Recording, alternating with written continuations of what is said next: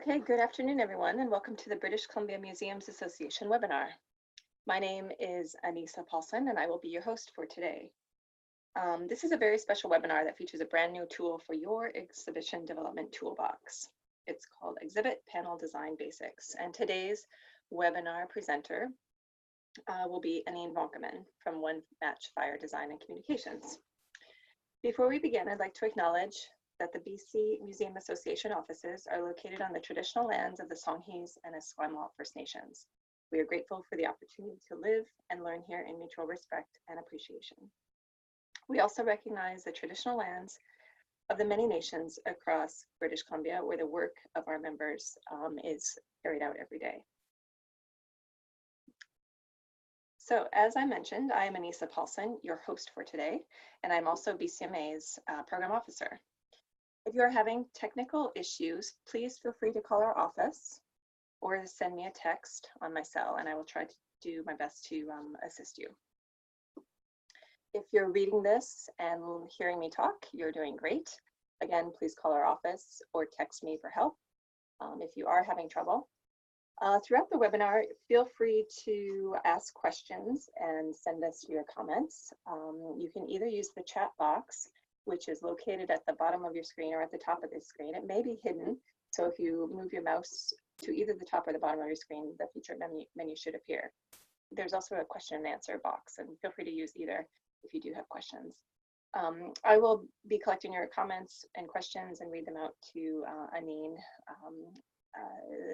at the end of her presentation. Okay, before I introduce this month's presenter, I wanted to just take a minute and show everybody draw everyone's attention to the BCMA's brain. So bear with me here a little bit while I attempt to do this. So you'll see here, this is the BCMA's new brain. It's basically your online learning center, and we've tried to develop this concept so that it's a one-stop shop for everybody to go when they're looking for tools and resources. When you go to our homepage, you can click very easily on the BCMA Brain tab there, and you'll see that we have tools and resources on lots of topics. We have a list of our upcoming learning opportunities, including webinars and workshops. We have a page of grants and funding opportunities, and as well as a link to our new initiative, which is a collaborative project with the BC Heritage Emergency Response Network. And so you can explore that tab when you have a moment as well. We have tried to organize our tools and resources section on per subject area. So again, we are working really hard to try to get some very practical, hands-on tools and templates and tip sheets that are relevant to our members. If you have ideas, please do reach out and let us know. The brain is constantly evolving and growing, and we will continue to unveil a variety of tools that are particularly geared to people working and volunteering in small community museums who may have limited and precious human and financial resources to consider. So keep checking out our BCMA's brain and share your feedback, ideas, and other insights so that we can ensure that this resource is relevant and useful to all of you. Today's webinar will feature one of our newly added tools in the exhibit development toolbox, and it is on exhibit panel design basics. You can click here and download the tool free of charge, and then you can also download some sample templates and Anine will go in greater detail about this during her presentation. The author of the Exhibit Panel Design Basics tool is Anine Vonkeman, and like I said, she's of One Match Fire Design and Communications. Since July 2015, Anine has worked remotely from her off-grid West Coast office in unceded Coast Salish territory as an independent designer and marketing consultant. Anine specializes in high-quality, two-dimensional exhibit design and produces all forms of print materials and websites for clients in Fernie, Gabriola Island, Lethbridge, Calgary, Edmonton, and Seattle. I'm really pleased to mention that one of her exhibits that she did in collaboration with the Fernie Museum received a 2017 BCMA Award of Merit for Excellence in Exhibition, and it was The Rise and Fall of Emilio Icariello. Anine was involved with the Alberta Museums Association as an instructor for its public programs. And I am so sorry because I'm just realizing I'm not sharing Anine's picture. She was involved with the Alberta Museums Association as an instructor for its public programs certification course, and has been a contributor to the Standard Practices for Museums Handbook, 3rd edition, also published by the Alberta Museums Association. Hold on one second, here we go. Anine, there we go. Anine holds a BFA in Fine Arts from the University of Lethbridge and a passion for cultural heritage and all things creative. So I had the pleasure of working with Anine during the development of this tool over this past year. And this creation of this particular tool was part of a project which was supported financially by Canadian Heritage. And we are pleased to have Anine with us today to walk us through her tool and to answer any questions you may have. So now over to you, Anine. And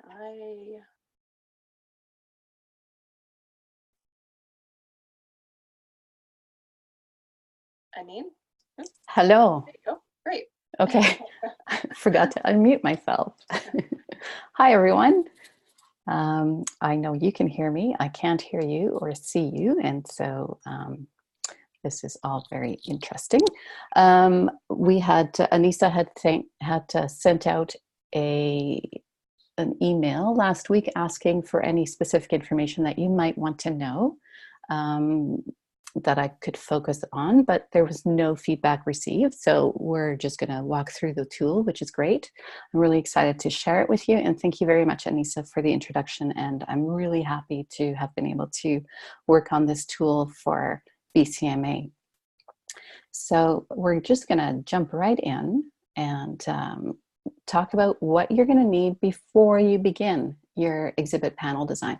I just wanted to mention... Anine, I'm sorry, I'm actually not seeing your screen. It's just a plain black screen. Oh, no. It showed up before you clicked presenter mode, I think. We could see your presentation. Can you see this? Exhibit panel design basics? No, it's just a plain black screen, unfortunately. Are you working with two monitors by any chance? No. Oh, there we go. You can see that? Yep. So slideshow, presenter view. Is that the one I use? No. We can see that. Yep. Can you see that? Yes. Okay. We just see it in presenter mode, so we can see your notes and that sort of thing on the side, although... Oh, I don't want that. Play from, excuse me, play from start. Play from start. There? Oh, no, that's a black screen again. This was working earlier, wasn't it? Yes. Sorry, everybody. Play from current slide. No? That's not working either. You might have to just go for the presenter mode. Okay. There we go. All right. Well, that might make some things a little bit hard to see because unless I can shrink this a little bit. Yes. All right. Sorry about that, everybody. You'd practice ahead of time and then it doesn't work. It's a common theme here. Yes. I was hoping to avoid that. All right. So before you begin, you want to pull all your elements together that you are going to need to create a fabulous exhibit, which I know is everyone's goal. I'm hoping that some of you have experience, and if you don't, then some of this might be new, and you might also have some comments to make. Perhaps you think I'm skipping something, or if you have any really specific questions to a slide that we're talking about, I wouldn't mind answering a question here and there, because otherwise we might forget when we wait till the end to do the question and answer. So if you really do have a pressing question, please feel free to ask. And so here we go.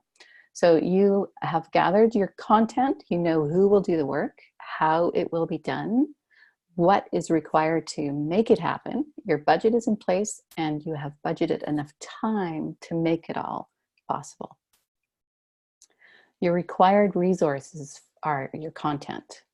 So you're going to need images and graphics, any credits and permissions to use your images, and specific credit lines that your image providers might need you to use, your sponsor logos, and your text, very important, your text. And so I wanted to point out that in the brain, there in the exhibit development toolkit, there's also the art of storytelling and the art of writing for exhibitions. So these are best practices for writing text for presentation in your exhibits. And those were developed by Tim Willis, I believe. Yep. Anine, I'm sorry, it doesn't look like we're able to see you advancing the slides. It's still showing on the first slide, the exhibit title page. Oh no. Okay, use slideshow. Can you see that? It's still on the home page for the title page. I actually do not know how to fix this. Try, let's see. When we tried play from current slide. Okay, this is very strange because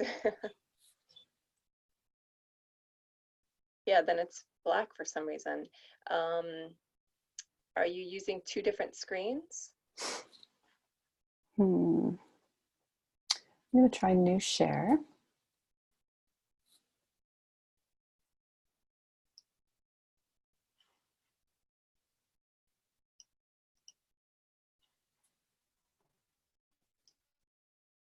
You could just use this. We can see your slide if you want to just keep scrolling down. Okay, can you see that? Yep, there we go. That's perfect. Okay. Oh my God, you guys, sorry. This is not a technology basics webinar. This is exhibit panel design. So thank you very much for your patience. Okay. All right. So we've talked about this. You've got your content gathered together. These are your required resources. And there's the BCM Brain information about what you might want to review before you provide your text to your designer or to yourself. So if you're lucky, you have the following staff resources: a writer, an editor, a designer, a preparator, an installer, or it could all be you, or maybe there's two of you, or it's you and you're working with volunteers. What it could be summer students, high school students, post-secondary students, or any other experienced and interested members of your community. You're also going to need in-house technology, like this old Mac, and a computer program. So whether that's Microsoft Word, Publisher, PageMaker, Adobe, or Adobe Creative Suite, which where you would use Illustrator or InDesign, or an online program like canva.com, which has templates and it has it's free, a lot of really interesting graphics and things that you can use on social media as well, but you can also set up your specific design needs. The Fernie Museum, for example, uses Canva for a lot of their marketing materials that are related to exhibits. If you're also using a printer in-house, then you will definitely want one that prints large scale and to the edges and doesn't jam. That's been my experience with printers, is they just jam and they make you really frustrated. And you don't want that when you're inevitably in a time crunch. You're well stocked with paper and ink. You don't want to be running out. And we've found that higher quality paper will help your exhibit graphics stand out. So that would be like using a bright white paper instead of regular bond paper, and maybe a little bit heavier, like a 20-pound or 28-pound. And you can find those things at various supplies, office supply stores like Staples. I'm not getting paid by Staples. I should be, because I'm going to be mentioning them a few times. That information is also included in the toolkits. There's some links and some information about what stores have available for you. You'll also need materials and supplies depending on how your panels will be presented. Are they going to be large or small? Will they be framed? Are they going to be vinyl lettering instead of on paper? Will it be a backlit panel? Are you going to mount on a substrate, which is a backing material like foam board, coroplast, Sintra, mylar, or fabric? And if you're dry mounting in-house, you'll want to have the right supplies. So you'll have your substrate, your heat press and dry mounting tissue, and or a spray adhesive, and you know how to use it safely, and good quality knives and cutting surfaces, and a first aid kit with lots of Band-Aids. So you'll also need a budget, and small, medium museums tend to have very small budgets, of course, maybe a zero budget. So to help you save some costs now, you could use, as we mentioned, a free online design program or panel templates that have been created for you. And Anissa pointed those out, and I'll touch on those a little bit later. You can work with a printing company. Printing companies have design expertise. They can offer advice and assistance, and they can provide guidance as to how to set up your panels, and will tell you what kind of file they will need at the end if you're working with a printing company. The advantage of a printing company is they can print at many different sizes and many different substrates. They can print directly onto a substrate for you, which will save you dry mounting costs, or they can do the dry mounting for you. To save costs later, you might want to invest in learning some graphic design basics, which is why I think a lot of you are here. Once you know some of this, you can take some of the work away from, say, a printing company and do it in-house if you have the time and the availability of programs and so on. You could also hire a graphic designer to create unique templates for your museum or for your specific exhibit, and then you can plunk the text in and the images in yourself. Other museums and galleries can probably suggest graphic designers they've worked with, so you can go through the BCMA listserv to post those questions. And exhibit development can be supported with project-based grants, and that information is available also in BCMA Brain in the grants and funding opportunities area. And then, of course, you can find an exhibit partner or a sponsor. Depending on the size of your community, people do ask the same places over and over for sponsorship, but I think they're used to that, and that's part of being part of a small community. But there's foundations, municipalities, tourism organizations, even individuals who have a specific connection to perhaps your exhibit theme, and businesses that could be your partner or sponsor to help you cover some of your costs. So, for example, a printing company or community partner, another business, could cover costs for your printing and panel preparation, if asked. And if you need to do really large format printing and design, and you don't really have access to a printing company or just don't have the money for it, it is possible to contact engineering firms or architectural companies, or perhaps one of your board members or volunteers has access to or knows somebody who works in one of these companies as a way in. And also municipal, county, and regional planning departments often have large scale printers for printing maps and so on. So when I worked at the Galt Museum, I know the city of Lethbridge had offered some large scale printing for one of our departments. So you see, I said the word departments. So I was fortunate to work in a museum that had a number of people on staff. And of course, your volunteers will help save you monetary costs, especially if you have volunteers with design experience that you could enlist. Post-secondary students could assist you with research, writing, image sourcing, and installation. And of course, course credit is important. So if possible, they could do an applied studies or an independent study while working for you, if you have access to them. You will need to proofread. That's a big part of your design and editing. So your volunteers could include teachers and writers and editors, but you want to make sure that you build into your timeline outside any editing time, and work with them and be flexible, because there's always going to be some late people who push deadlines. And then, of course, you can acknowledge your resources and the sources and your volunteers and your funders on specific panels in your exhibits. And these panels are they match sort of the theme of the various exhibits that they relate to. And time is a huge resource that you will need. Depending on how many panels and labels you do, you will spend at least 20 hours, unless you're a wizard, on design and editing and making changes and doing it again. And so that's a big one to build in, and give yourself lots of time. 20 hours is not actually a lot. 4 to 10 days for a printing company if you book ahead. If you don't book ahead and you end up with rush work, it'll cost you more. And of course, your panel prep and your installation will take however many days your museum sets aside for that. So creating a reverse timeline is very helpful. If you start with thinking about when your opening is and how long your installation is going to take to get to opening day, how long it's going to take you to prepare your artifacts, your cases, your dry mounting, if that's what you're doing. You want to also account for time for printing, multiple reviews and revisions, and starting with the design work. So you want to work backwards. So here's a sample reverse timeline. So say we have an exhibit that opens April 15th next year.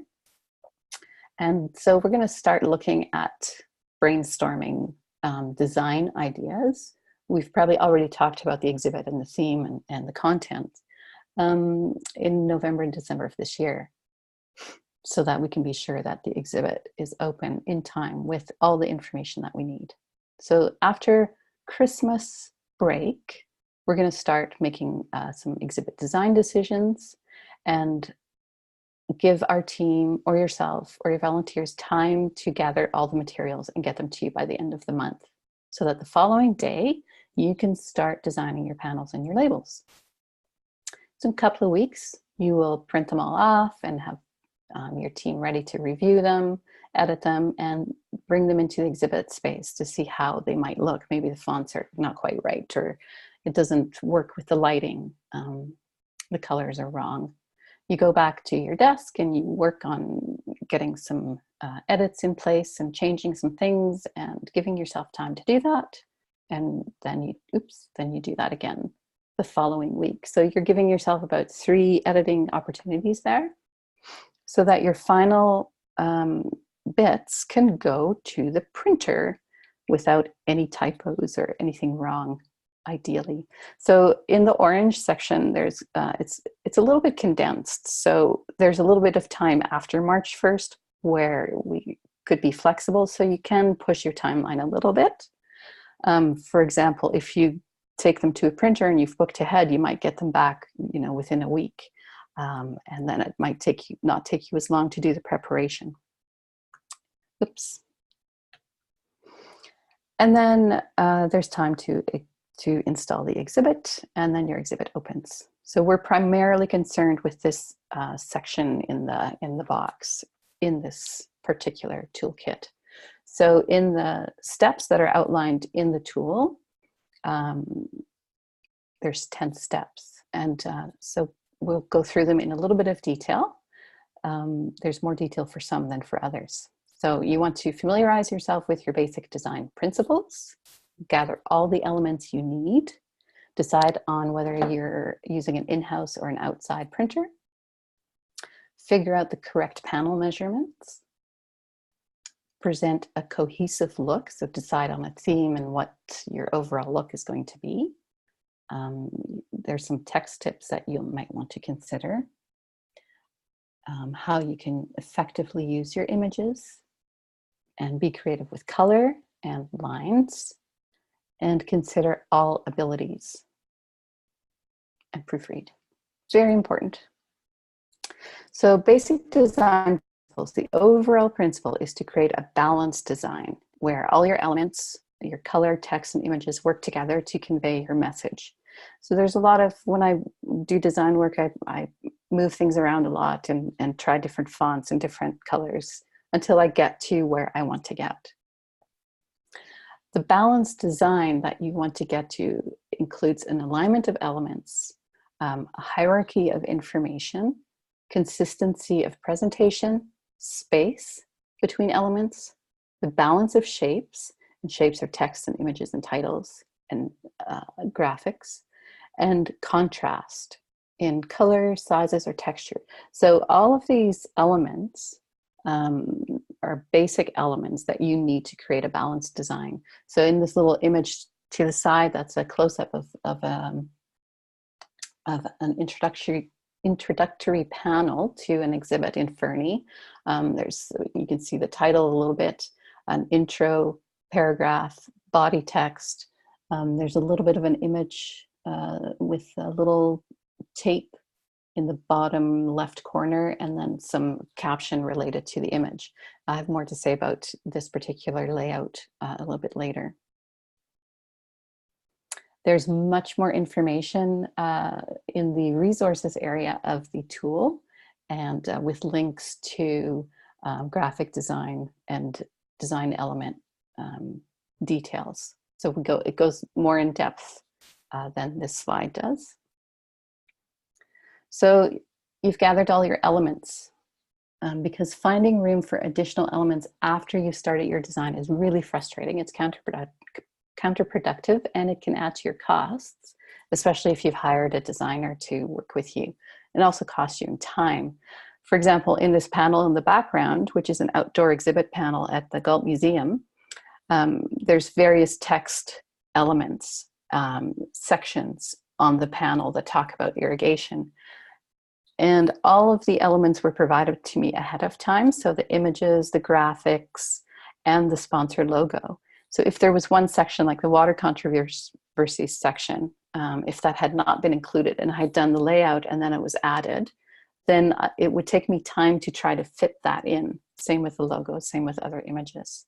So you want to make sure that you have all your elements together so that your designer or you is not pulling hair later on. So your design elements include your edited text, your high quality images with usage permission. I'm told that my internet connection is unstable. If I drop out, I'm very sorry. Your elements also include graphs or other graphics and sponsor logos. So your printer that you use, whether in-house or external, will dictate the size of your panels and labels, the use of color. If you're printing in-house and you don't have a color printer, then you're not going to be printing in color. You might use colored paper instead. And your choice of materials. So your printing company will have a lot of options for you to print onto, whereas you might not have that option in-house. This panel in the background is a panel of text that was provided to a local cartoonist, pardon me, in Lethbridge, who created sections that were then printed large scale. And you can see there's, I think, 3 panels that are butted up together. If you wanted to do something like this in-house, you could probably print out one section at a time, like one cartoon box at a time, and then mount those onto something and then put that onto the wall. This is a nice, clean way of presenting that. But of course, it costs a little bit of money. So if you're working with an outside printer, you will want to know what the maximum size they can print at. If they can print to the edges, which is called a bleed. So then you have to set up a little bit of a margin outside of the final maximum size that the panel will be. And then some extra graphics will go into the bleed area, and those get cut off. It just assures that you have a nice clean edge once it's printed. Can they print in full color? What format should the files be submitted as so that you won't lose any quality? If they can print directly onto a substrate, and if they use environmentally conscious materials, if that's important to you. So if they print onto a substrate, you might want to consider if it off-gases. And if it off-gases, are you including it in an exhibit case with artifacts? And how does the off-gassing affect your artifacts? Is it going to be a short-term exhibit? Is it going to be a long-term exhibit? You might want to consider those options. And of course, green materials include vegetable or non-oil inks. You can ask your printer if they use these. Foam board or foam core is paper-based. green core, which is more like an MDF. Um, used to be available at printers. I think it still is, and it's pulp-based, so wood-based. Canvas is fabric-based. Recycled or post-consumer recycled content paper is available in a variety of finishes. And so I like printing on 100% post-consumer recycled paper wherever possible. Vinyl lettering is made of plastic, so perhaps dry transfer lettering could be used as an alternative. And then you can always repurpose some of your panels or your banners if they're printed on vinyl or on fabric.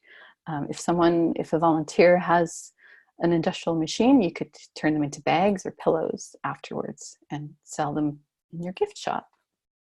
So more information about the availability of green materials and sources for them are included in the toolkit.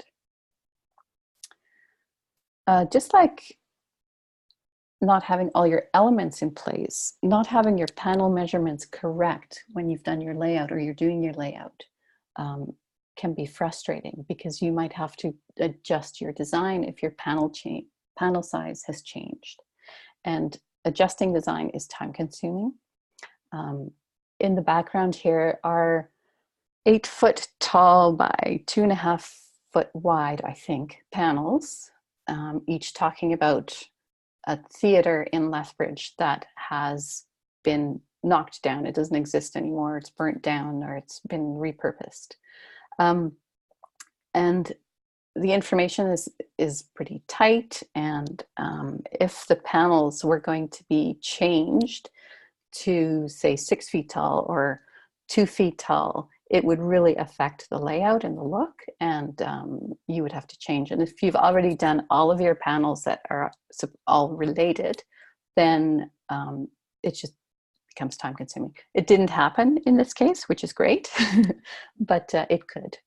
And then just to the right of the screen, the Cinescapes panel is a panel that's printed on Mylar, which is a sort of a film, a frosted film plastic, and it is backlit. So it's mounted into a frame, and then there are LED lights behind it that light it up so that it looks like a movie poster presentation. You want to present a cohesive look. So in this background image, you can see the text panels. These were designed by someone else. This is at the Fernie Museum. I believe this is a traveling exhibit. And the colors, the fonts, the layout, the way the images are presented is consistent, and it creates kind of a cohesive look in an exhibit that has a lot of different elements. So the size and shape of your panels, the colors, headers, the spacing between the lines, the quotes, where your text elements are placed, how your images are presented. Consistency is great. If you do not have any access to a design program, you can use Microsoft Word. And if you're not familiar with doing layout, we have created a few templates, as Anissa referred to earlier. If there's time at the end, I'll walk through quickly through one of the examples of the templates. So there's 3 templates for each size. There's 8.5 by 11 templates. There are 11 by 17 templates and 24 by 36 templates. Within all of these, the colors can be changed, the images, of course, can be changed, and the background colors, the fonts can be changed. They're just set up so that it's a starting point for people to have consistent look in their exhibits if they choose to use these templates. So this is not my design. I found it somewhere. I'm sorry, I don't know where it is. I assume it's at like a natural history museum. And it's probably an introductory section to the insect area of the exhibits. I just love how this is set up. And there's flow to it, you know, with the insects that look like they're moving, and then the different fonts and the names and the different colors of the fonts. And there's still enough space in between the various shapes and letters that it's not completely overwhelming. So white space, this is really important, is your friend. No matter what the size of your panels, you do not have to fill every area because too much information, including visual information, can overwhelm a reader. So here's some text tips. Alignment of your headers and quotes can vary if the look is consistent.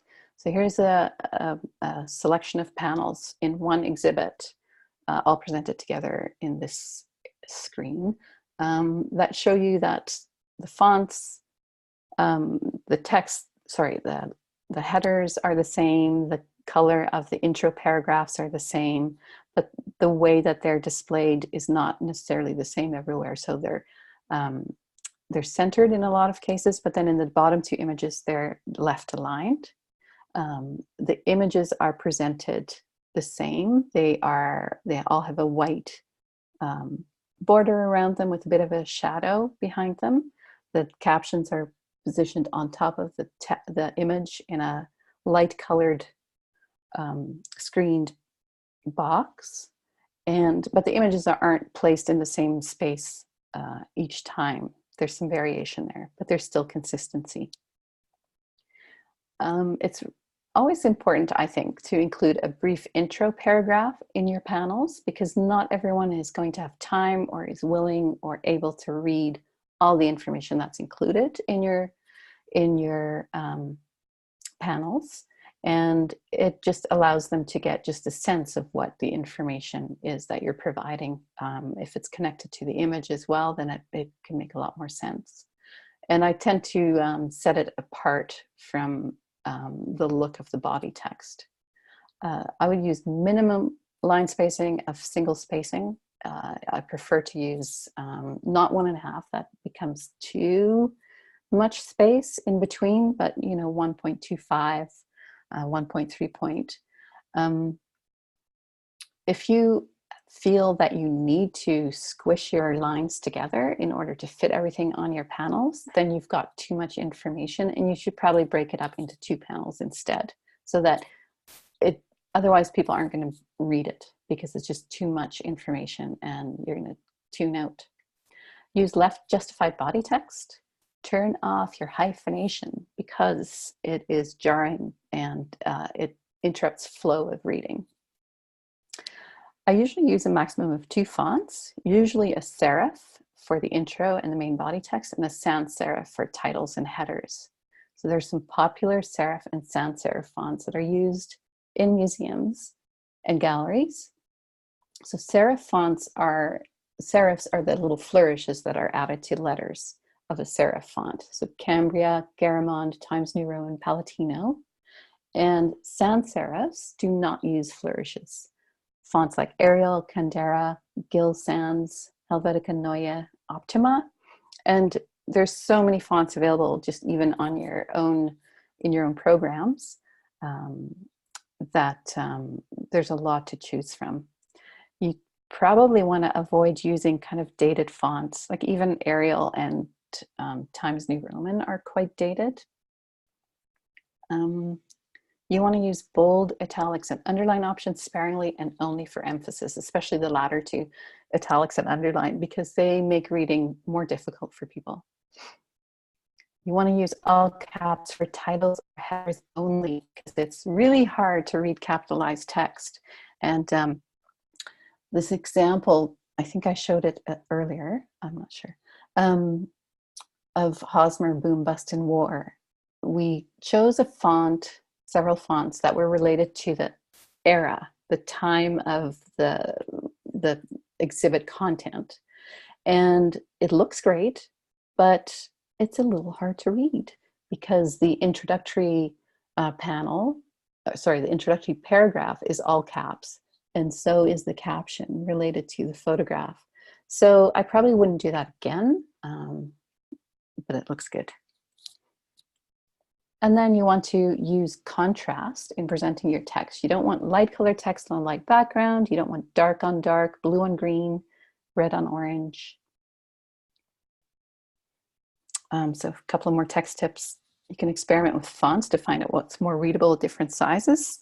This little box, they're all presented at the same size, but fonts, pardon me, are set up differently. So sometimes they're squishier, more spread out, or more airy. And all three of these fonts are a little bit dated. Probably wouldn't use those unless you're using them for a title or something like that. You can look for free fonts online to match your exhibit theme. And there's font links and information in the tool. And of course, you want to avoid using font sizes that are too small because then people can't read them. So we've provided a few guidelines as to font sizes. So for example, if you're laying out an 8.5 by 11 panel, your body text is 12 point. These are just guidelines which can be changed depending on what fonts you're using and the look you're going for. But the header and the intro paragraph I always do a little bit larger than your body text. Usually the image credit is a little bit smaller than the caption. So those are guidelines, and those are available in the toolkit. Oops. So I just want to take a small breather here and take a sip of something. And I think this is a good spot to relax in this rainforest. I wonder if anyone has any questions at this point. I have not seen any questions come through the chat or the question and answer box yet, but I do welcome all participants to, oh, there's one hand raised, let's see. Let's see, I think if there is a hand that's raised, are you able to just go ahead and type your comment or your question into the chat?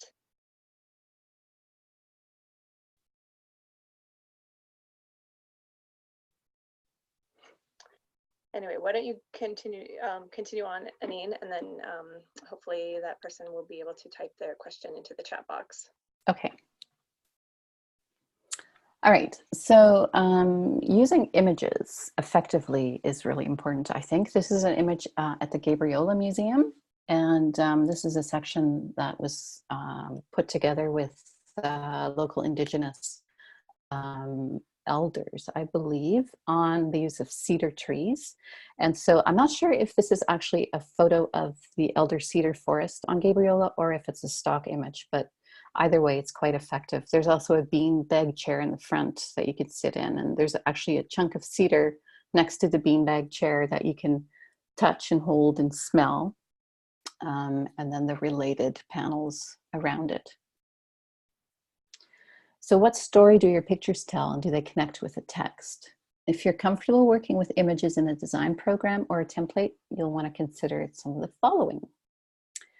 You want to sketch out your panel layout on paper. How big, how much space do you have for your images as opposed to your text, and so on. You want to use a maximum of 3 to 4 high quality images and graphics per panel. You want to provide credit on or near the image. And you want to make sure you have usage permission. Sometimes owners of an image ask for a fee for you to use the image. You can always ask the owner or the artist for one-time usage permission if you offer appropriate credit and acknowledgements in the exhibit in return. But they also charge a fee for a reason, because it's a way that they might be making a living. But there's always, it doesn't hurt to ask. So you can crop images to remove extraneous information, to improve composition, or just to highlight the subject. This is a picture of my house in the forest in a snowstorm, and I don't have to show all the other trees that are around it. I can just close in and crop the image so that it just shows the house more close up. To resize images without distortion, you want to click on the image and select a corner handle, and then hold down the Shift key while dragging the handle with your mouse. You do not want to use any of the handles that are in the center, on the top, bottom, or on the sides, because then you're going to be squishing your image and distorting it. If you're dragging it from the corners, then all sides shrink or expand together at the same time, and you don't end up with people looking like really tall, skinny people. And never add borders or boxes to logos. Never, ever, unless the logo itself comes with a box. If it doesn't, it means it's not meant to have a box around it. It'll upset your sponsors. You can print large images on an entire wall for impact. And this might cost you a little bit of money. And so depending on how long your exhibit is up, you may consider whether this is valuable to you or not. You can always include a text panel nearby or have the text printed on the photo, and your printing company can help you with that. So this is an example of the Hosmer exhibit in a large scale photo on a wall with no text on it. And then this is a large scale photo in the background with the object labels printed directly, the object information printed directly onto the photo montage. So you want to be creative with your use of color and subtle with your use of lines. So color can be used as a unifying element throughout the exhibit. So in the background, you can see an exhibit case, pardon me, with some wood elements around it that are cut into kind of wavy shapes of water. And these 4 colors were chosen in discussion with the exhibit installer and the preparator. And then those colors were used throughout the panels that I then created to coincide. So use of color and lines, as I said, you want to tie the color on the panels into colors used elsewhere in the exhibit. You can emphasize different stories within one exhibit with using different colored panels. So this example on the side here is an exhibit about surviving and being prepared for nuclear attack. So this is, I think, in the 50s, late 50s. So it shows some colors that were era specific and some fonts that were era specific, but each panel was assigned its own color to tell its own story. You can create emphasis with colored backgrounds on a single panel to set your storylines apart. So in this panel about the Vimy Memorial, the top part is kind of an introductory area and talks a little bit about the designer of the memorial. And then the bottom part is used to highlight each element of the memorial and their meaning. And using lines or boxes as separation elements can be visually jarring, so please use sparingly. If I had presented this slide like this with everything all outlined, it would have been a bit more difficult to focus on everything, I think, but that's my subjective opinion. So this is an example of labels for artifacts that were collected from local people who were invited to participate in the exhibit about local collections, individual collections. And so there was a lot of information provided about the Scout uniform, but not a lot of information provided about the action figures. So the label instead includes an image of the person who donated the action figures, lent the action figures to the museum for the exhibit. And in the far corner there's egg cartons, because this kid, Lucas, likes collecting egg cartons. So that's his collection.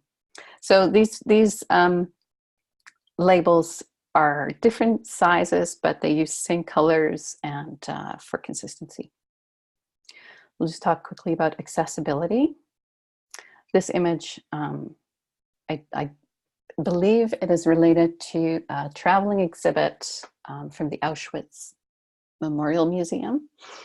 And it's such a powerful image to me. And having the women at Auschwitz standing there, and then an elderly person who may or may not have been there herself or himself, looking at it and being involved in the story is really powerful. So it's another way of using large photographs. Oops, sorry. So visitor age, physical limitations, medical conditions should be considered in how you present information if you're able to spend the time considering this. This year, July 11th, the Accessible Canada Act came into force. It's an act to ensure a barrier-free Canada. And an organization, CASDO, was created as a result, which will review standards, promote research, and share information, specifically with federal government entities, because that's what this act specifically refers to, but also it doesn't hurt all of us to consider accessibility. More information about this is available in the toolkit. So this is my mom. She has some vision issues, but that's not really why she was coming in closer. She just really wanted to look at the faces of the people in the panel. So if you have to present a lot of information and it's small, you should consider allowing people access to move in as close as they can in order to read or access the information that you have provided for them. And the bottom image, white text on a dark or patterned background. The text is large. You can't really tell that in this image, but you can stand right in the corner there and read that text and it's legible.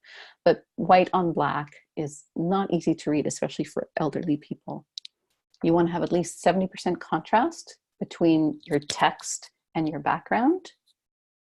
So if your background is a 10% of a color, like a 10% gray, a light gray, then you can have your text be at least 80% and higher in order for the contrast to be adequate for people who have vision issues.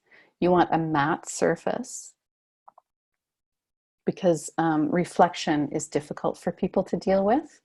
And this is an example of a panel that was created and printed on paper that wasn't very high quality. And so the text, darker text, was a lightweight font, and it actually ended up not showing up as well on the lower quality paper. If it had been printed on a bright white paper, it would have been more legible. But you can see here too that there's a hot spot at the top left corner there of the light in the exhibit space. So glare comes from a variety of areas. There's more information available about this in the toolkit, and you can provide options for visually impaired people, such as an audio guide, tactile signage, or a seeing eye docent who can describe things to your visitor. You could also consider people with hearing loss. So you provide options like transcripts or subtitles for your AV presentations. Have a docent on hand who perhaps knows American Sign Language, which is also helpful if both the visitor and the docent can know that language. An optimal height for all viewers that you want to consider, particularly for your wheelchair-bound guests, is 2.5 to 6.5 feet from the floor level, which is 75 centimeters to 2 meters. And there's a lot more resource information available in the toolkit around this. So there's so many different ways to consider accessibility, and dyslexia is just one example. A person with dyslexia, of course, gets confused by the lettering. Letters are wavy, or they're backwards, or upside down, or all scrambled. Some beneficial fonts to help mitigate that are Helvetica, Courier, Arial, and Verdana. And there's a graphic designer with dyslexia who created the font Dyslexie. And as you can see, they're uniquely shaped letters, and it allows a dyslexic person to be able to focus. So you might not want to use this font on your exhibit panels. Perhaps you could instead provide a binder or a clipboard with the same text on the panels in a font that's accessible, as long as you're using dark text on light but not white backgrounds. And more information is available in the toolkit. And of course, finally, proofreading. With proofreading and editing included in your exhibit timeline, you will avoid the embarrassment of a visitor pointing out an error on opening day or the following week, which I have experience with. So your final thought, my final thoughts. You want to familiarize yourself with this tool and basic design principles, create a reverse timeline for your exhibit, decide on a theme or a look and a feel with your team, if you have a team to work with. You want to know the size of the panels, how they'll be presented, make sure your printer can accommodate your needs, gather all your elements and materials you need before you start to ensure a smooth transition. Take your time and plan for extra time, prepare for multiple drafts, and build in time for proofreading. And then, we didn't touch on this, but trust your instincts and enjoy the end result, even if it's not perfect. Next time it'll be closer to perfect, perhaps. So that's it for the presentation. So if anyone has any questions, that would be great. Thank you so much, Anine. That's really awesome. There's some really great information in there, and thank you for presenting it through this webinar. You did a great job highlighting the tool. We do have a question that came in, and that is, could you please advise on ballparking word count for small exhibits? For example, exhibits that fit within a 2,500 square foot space. And we acknowledge that this can vary depending on the topic and images, but this person's interest is specifically related to history exhibits, and just wondered if you had any advice on word count for exhibit texts. This is possibly something I haven't fully explored Tim's toolkit. It's possibly something that he has touched on. Do you know, Anissa? Yes, and I do think he has. So yeah, I would like to just draw your attention to the BCMA brain under exhibition development. In addition to Anine's tool here, there are two tools talking about the art of writing for exhibitions and the art of storytelling. And both of those do have suggestions for word count limitations specific to a particular exhibit panel. We don't really have any advice or guidelines for an exhibit as a whole, but there are some guidelines within Tim's document about word counts per panel. Another question has come in about a preferred model for audio guides. For example, let's see, phone apps or in-house material, speakers or headphones. So at the Galt Museum, I'm familiar with how Brad Brown, the exhibit designer, presented audio materials. He did several different things. There were push button panels where you would push a button and hold a telephone receiver to your, like an old-fashioned one, to your ear to listen. There are audio guides where you can put information onto an audio wand and rent that at the front desk, or just sign it out by leaving your driver's license or whatever, some identification, so that you can exchange that afterwards. There are speaker cones that you can build in where audio will happen. It'll be triggered by motion, and then the cone ensures that it falls directly onto the space where you're standing, so that a person who's looking at a different section of the exhibit doesn't get the interference of the audio that you're hearing. So those are three different ways that I'm familiar with audio being used. There's also, I guess, television screens and so on. But Brad Brown at the Galt Museum in Lethbridge is a great contact. I know that's in Alberta. I don't have a contact that way in BC, but definitely Brad. Yeah, another place if you're looking for further, those are great ideas. I mean, if you're looking for further information, I always encourage people to send an email to the BCMA listserv. It's a way to connect with your colleagues from all around the province, and also there's a reach into the United States and into Alberta as well. So it's really a great resource to get others other advice and ideas for specific audio guides that people may have experience with.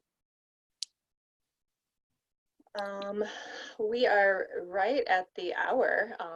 That was very well timed, Anine. I'm so impressed.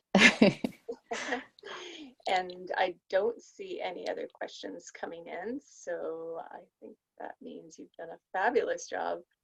Excellent. Pointing out, oops, there we go. Pointing out all the highlights of the tool there. Oh, there's one more question actually that just came in, if you don't mind. No, not at all. Do you have layout suggestions for bilingual text panels? Yeah, I might use a different colored background on the bilingual, on the say English is the first one. Then I would use a different colored background for the French section, and maybe have the images in between, or one image in the English and one image in the French. But I think I would do that with either a different colored background on the same panel if you have enough, if you can afford to do the larger panels, or you could do smaller panels side by side, but again using a different colored background. I think that's would be a great way to deal with that. Excellent. Well, thank you very much so much, Anine, for sharing your expertise and your ideas with us today, as well as just within the tool that will live on forever in the BCMA brain. Woohoo! Yeah. You're very welcome. And if anyone has any questions that they think of afterwards, please feel free to contact me. Excellent. I believe your contact information is presented in the tool. Mm-hmm. Well. Yes, it is. Yeah. So yeah, as I said, thank you very much for your time and for your presentation today. And as a special thank you, we will be sending you your very own BCMA mug. So that will come in the mail soon. And then to everybody who has joined us today, please consider marking your calendar for the next webinar, which is in a couple weeks on Tuesday, November 19th. And it is on climate change and implications for your museum practice. And as well, just a reminder, there are no webinars in December. And this webinar is currently being recorded, so we will be able to send the recording out to each of you as well if you want to have a review or share it with your colleagues. So I think without further ado, I'll just say goodbye to everybody, and thank you again to Anine, and we hope to see you online next month. Thank you so much. Take care. Bye-bye.